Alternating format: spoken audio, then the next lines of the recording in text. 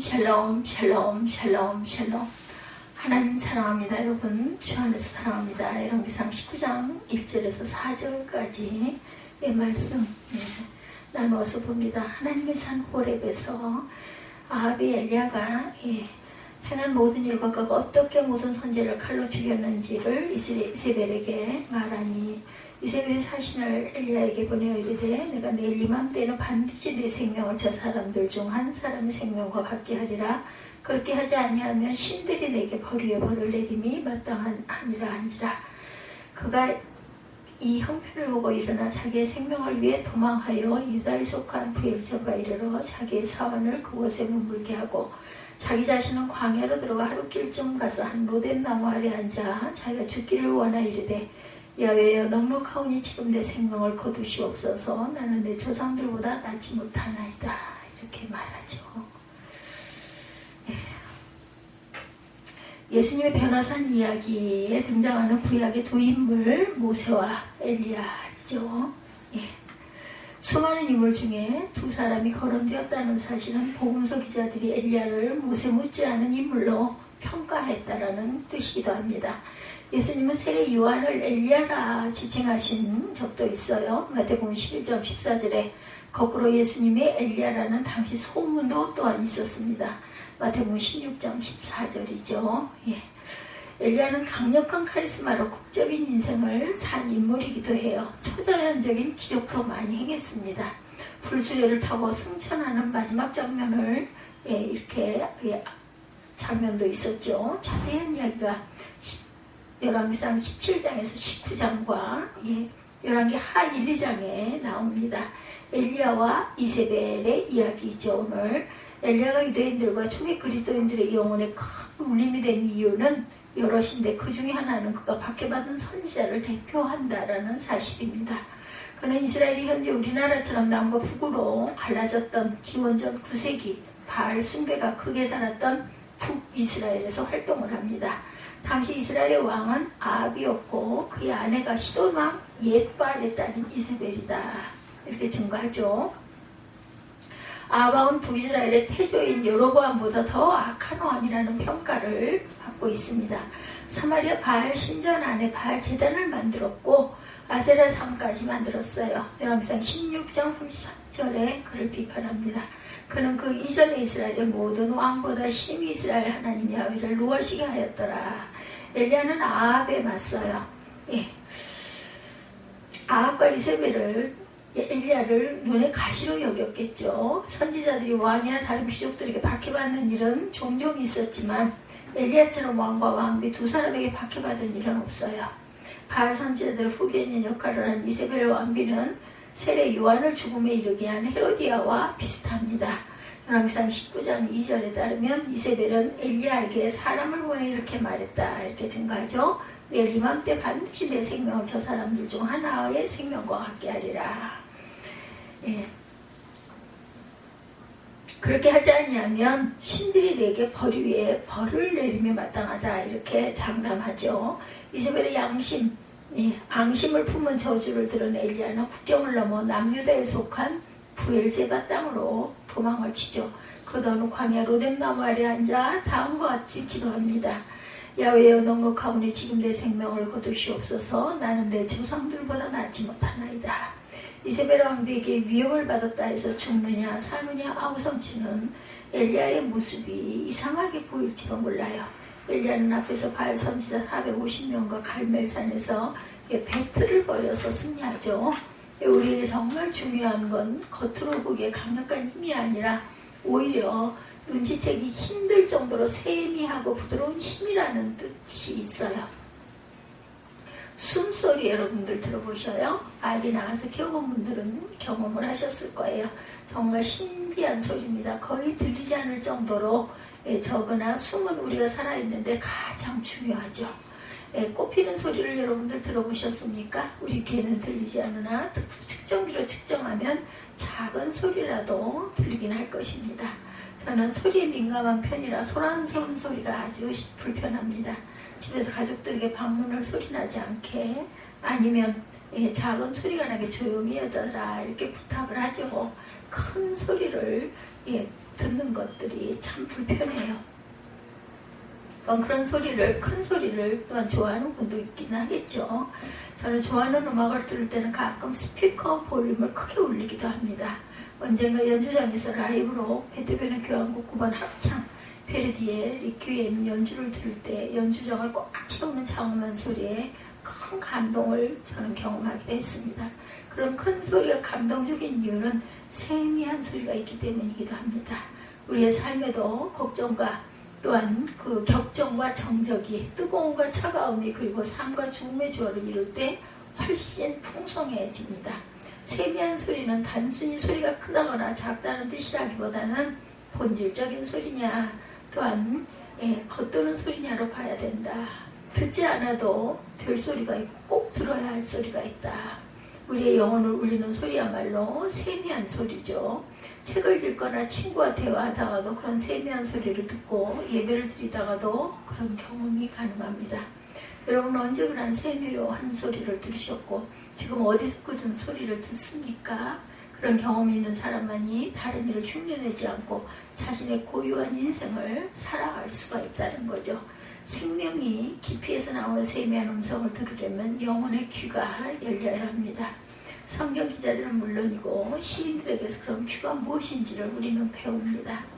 곽재구 시인의 꽃으로 엮은 방패에 나오는 세월이라는 시 전문을 한번 제가 읽어보죠.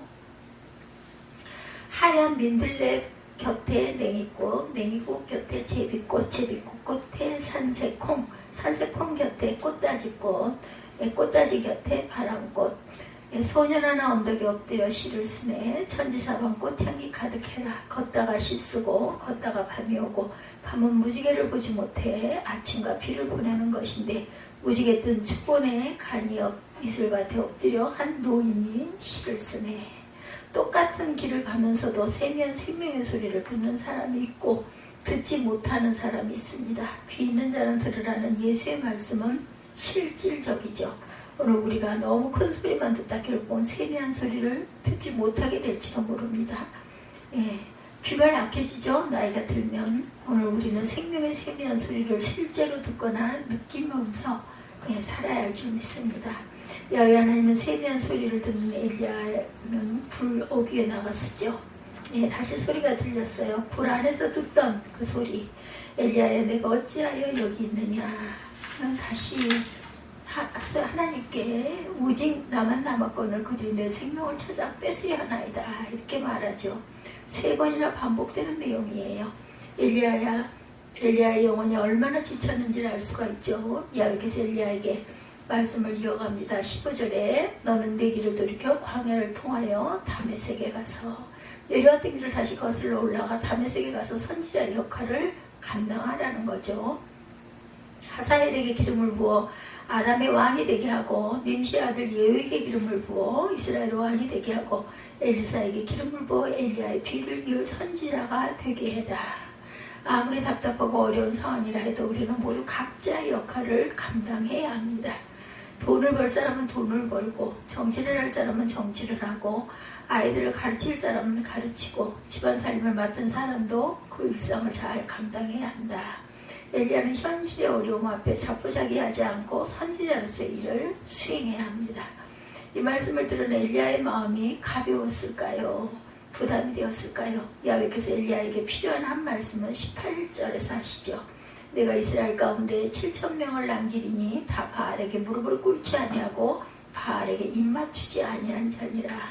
엘리야가 가장 크게 낙심한 이유는 고립무원 즉 자기 혼자 남았다는 사실에 있었어요.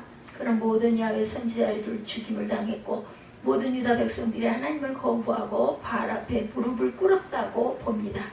그런데 여전히 야훼 신앙으로 진실하게 사는 사람이 7,000명이나 남았다는 말씀을 들은 거죠. 이게 바로 하나님께서 일하시는 방식.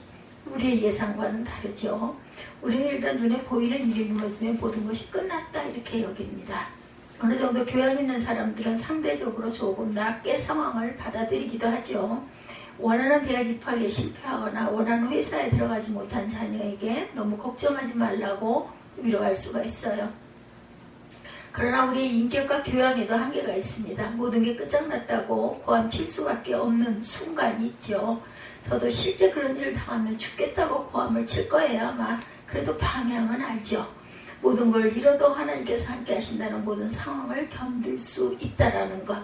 거꾸로 모든 게 있어도 하나님이 없으면 모든 게 아무 소용이 없다는 것도 압니다. 예, 칼리라는 기도의 절실함, 그 축복에 대해서도 기도 명상 안으로 들어가기 위해서 먼저 할 일을 몇 가지 제시하죠. 칼라너입니다. 리너가 아니라. 그 중에 첫 번째가 잘 견뎌내고 자신을 내막가야 한다 이렇게 말합니다. 단락에서 몇 대목을 추려보면 절망이 당신한테 모든 것을 빼앗게 가만두십시오. 절망이 겉으로는 모든 것을 빼앗아가는 것 같지만 실제는 당신을 유한하고 허무한 것만을 빼앗게 될 것이다. 빼앗기게 될 것이 아무리 위대하고 놀라운 것이어도 마찬가지이고 또 그것이 당신이어도 마찬가지다. 당신한테는 빼앗을 수 있는 것은 결코 하나님이 아니다 이렇게 말하고 있습니다. 하나님은 아무리 절망적인 상황에서도 7,000명을 남겨두시는 사실을 잊지 마시기 바랍니다. 여러분의 인생에 깡그리 무너지고 행복할 수 있는 7,000가지는 남는다. 하나님이 남겨주신 7,000가지를 모르는 사람이라면 자기가 원하는 10만 가지를 얻어도 행복하지 못할 것이다. 우리가 행복하게 사는데 필요한 것이 무엇인지를 구분해서 볼 줄 아는 눈이 필요하죠. 그런 눈은 하나님을 알고 경험하는 데서 주어진다. 하나님 안에 있다면 그 모든 것, 우리 자신을 잃어도 불행한 사람이 아니다. 그러나 실제 삶에서 느끼는 고통이 너무 힘들기에 이런 말이 멀리 느껴지는 분들이 있을 거네요. 엘리야 같은 사람도 오죽하면 차라리 죽는 게 낫지라고 말했겠는가. 그 어려움을 우리는 어느 정도는 이해를 하죠. 현실과 하나님 신앙 사이의 간격은 해결할 수 없는 것이다. 외나무다리 혼자 건너야 하듯이 우리 자신이 뚫고 나가야 합니다. 우리의 호렙은 엘리야가 하나님의 세미한 소리를 들은 하나님의 산 호렙은 모세가 하나님을 경험한 산이기도 합니다. 모세는 동족 이스라엘이 소수민족으로 살던 애굽에서 살인사건에 연루되어 40살에 미디안 광야로 피신하여 양을 키우며 살다가 80살에 우연히 호렙산에 올라갔다 하나님의 음성을 듣게 됐죠. 미디안 광야에 머물지 말고 이스라엘 민족을 애굽에서 구해내라는 음성이었어요. 엘리야도 다메섹으로 가서 해야 할 일을 호렙산에서 전해 듣습니다. 우리가 모세나 엘리야처럼 신앙적인 영웅은 아니지만 그들과 똑같이 하나님의 세미한 음성을 들을 수가 있습니다. 들어야만 합니다.